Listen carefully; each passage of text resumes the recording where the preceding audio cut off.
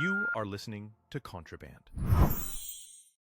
Good morning and welcome to the Wake Up Call. I was talking to my sisters the other day about how we grew up with days. So my mom ran the house very orderly, right? Like we just had a long list of rules. All of our friends knew it, and they were based on days. So if it was my day, for instance, I would have to wake up first. We had one bathroom. So I would have to wake up, do whatever I need to do to get ready for school. And then I would wake the next person up. And if it was my day to wake up first, then it was also my day to do the dishes.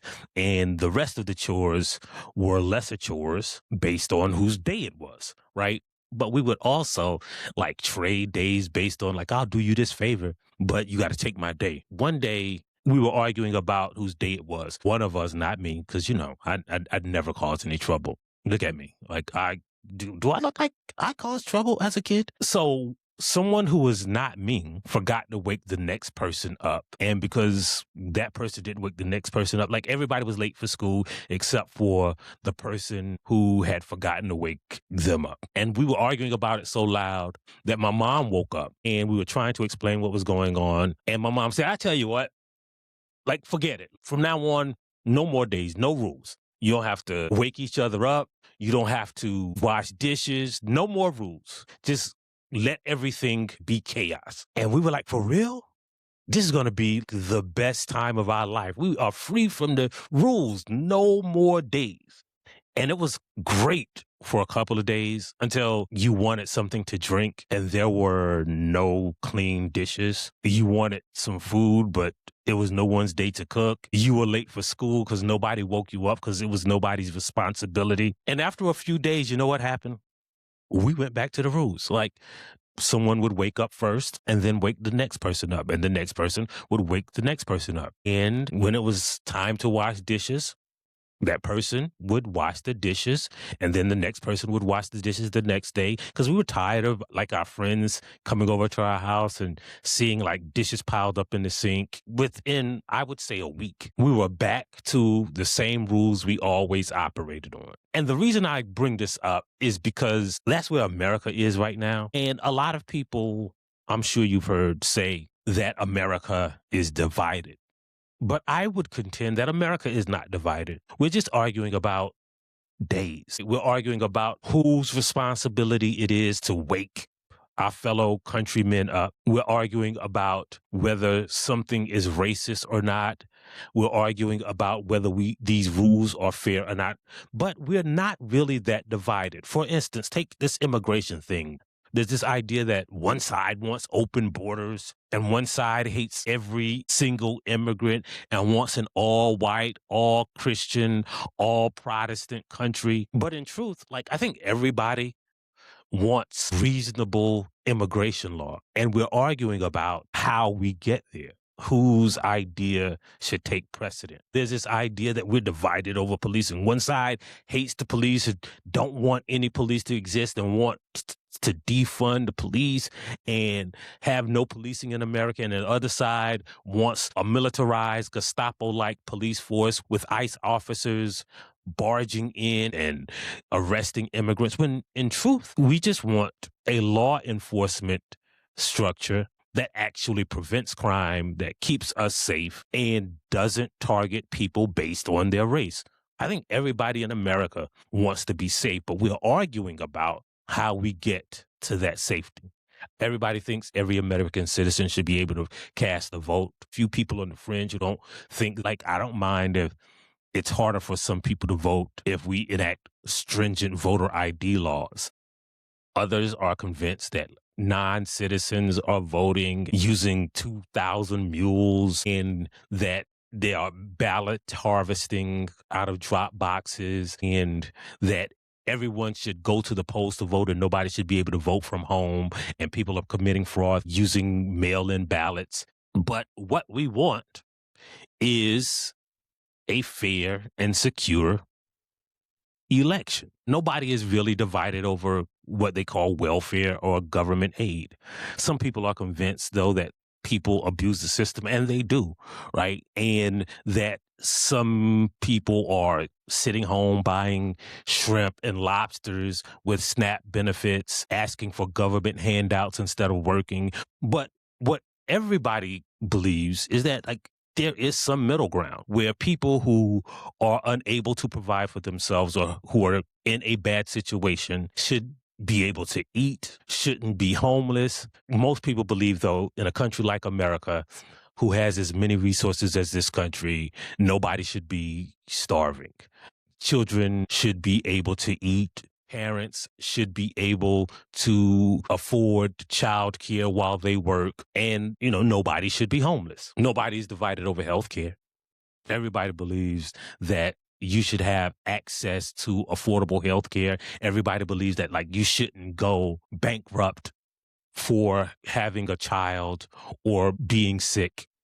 The division is over how do we achieve that, right? Is it the government's responsibility? Should we use private, for-profit insurance companies? And what is the combination of the two that gets us to a place where we can all have affordable access to healthcare? And my point is, although people think that we're more divided than ever before, we're not. Right? We used to be really, really, really divided.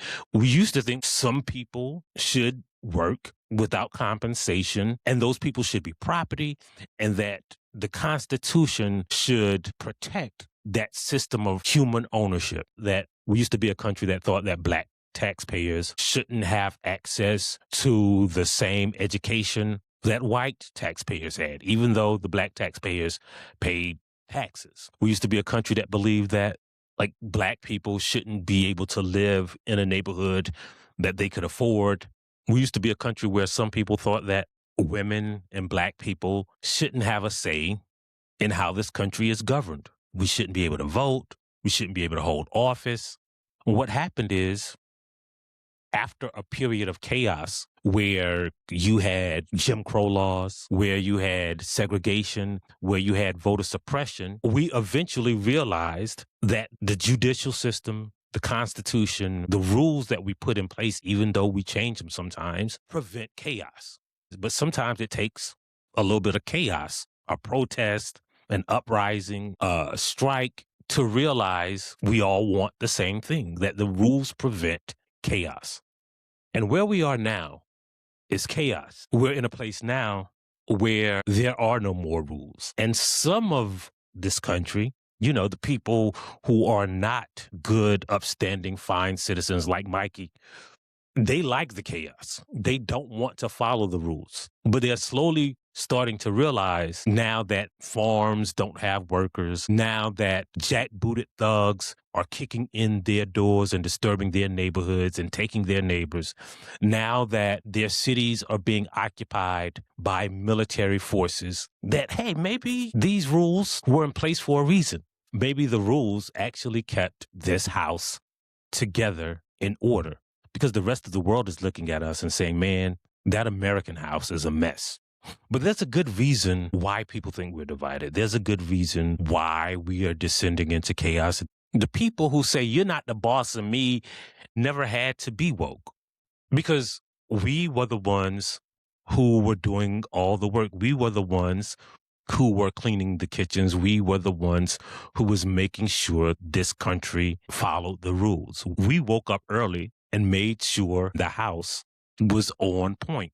I'm sure there were some people who were imposed upon when we ended a system of race-based, constitutionally enforced theft of labor and intellectual property using violence or the threat of violence. I'm sure there were some people who felt that it was unfair when Black people got to attend the educational institutions that their taxes paid for. I'm sure there were some people who felt that it was unfair that their votes counted less when Black people and women got to insert their ideas and their political values into the systems that govern this country. But we were never divided. They were just asleep, so they didn't have to hear us doing the work. If you're not gay, you never had to think about not having access to the civil arrangement that legally protects you and your partner as one under the law. If you're not trans. You probably never had to stand outside of a bathroom and wonder which one you should use. You never had to contemplate whether or not your gender correlates to the social mores that were automatically assigned you at birth. If you're not Black, you never had to worry about attending a school that you knew was underfunded. You never had to worry about how you were going to get into a good college, even if you performed well at that underfunded school. You never had to worry about an employer throwing away your resume because your name sounds Black. You never had to worry about whether the police were going to use more force against you at a traffic stop. You never had to worry about whether you were automatically assumed to be a suspect because of the color of your skin. But it's not division. The Black people who know what police do want to be as safe as the people who say Blue Lives Matter.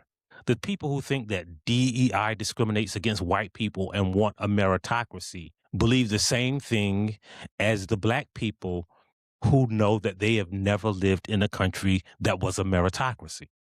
They all want the opportunity to achieve their dreams based on their talent, their work ethic, and their ability to learn.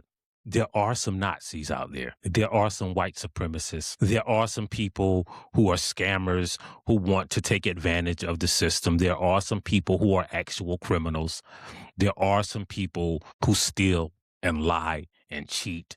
But no one is divided on whether thieves should get to steal or murderers should get to kill or rapists should get to rape. What we're divided on is whether a mob should get to lynch someone for being accused of rape.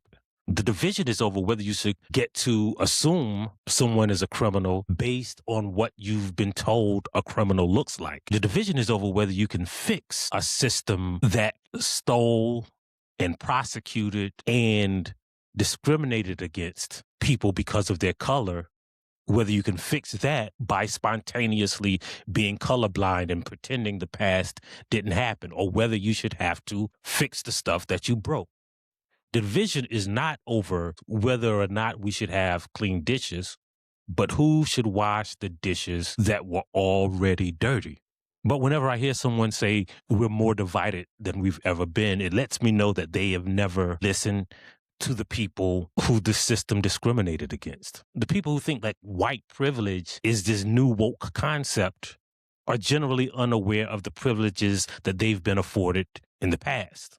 People who think that critical race theorists want to rewrite history don't know the level of whitewashing of history that they've absorbed. People want to say all lives matter or I don't see color are generally unaware that they've lived in a country where their sex, their gender, their color was prioritized over the others. And now that they hear people saying it, they think it's division. They think it's woke. That's why every now and then we got to let this country descend into chaos. But whose responsibility is it to fix it? Well, my mom found an answer. It turned out that one of my sisters, not me, had mistakenly unplugged the alarm clock. And my mom found a solution. She bought this alarm clock, one of those mechanical alarm clocks that you see in cartoons and on movies, the one that you wind and had the two bells that a hammer strikes. And even if you unplugged it, it would still work. And that alarm clock brought us together. It erased any divisions that me and my sisters had. And maybe that's what America needs. Maybe that's what these protests and this authoritarian regime is doing. It's an alarm clock for America. And maybe this chaos is the best thing for America. Because now we're realizing that like the rules were important, that we each have the responsibility, that we all want the same thing, that we're not as divided as we thought. Because when that alarm clock went off, no matter whose day it was, everybody would wake up. You are listening to Contraband.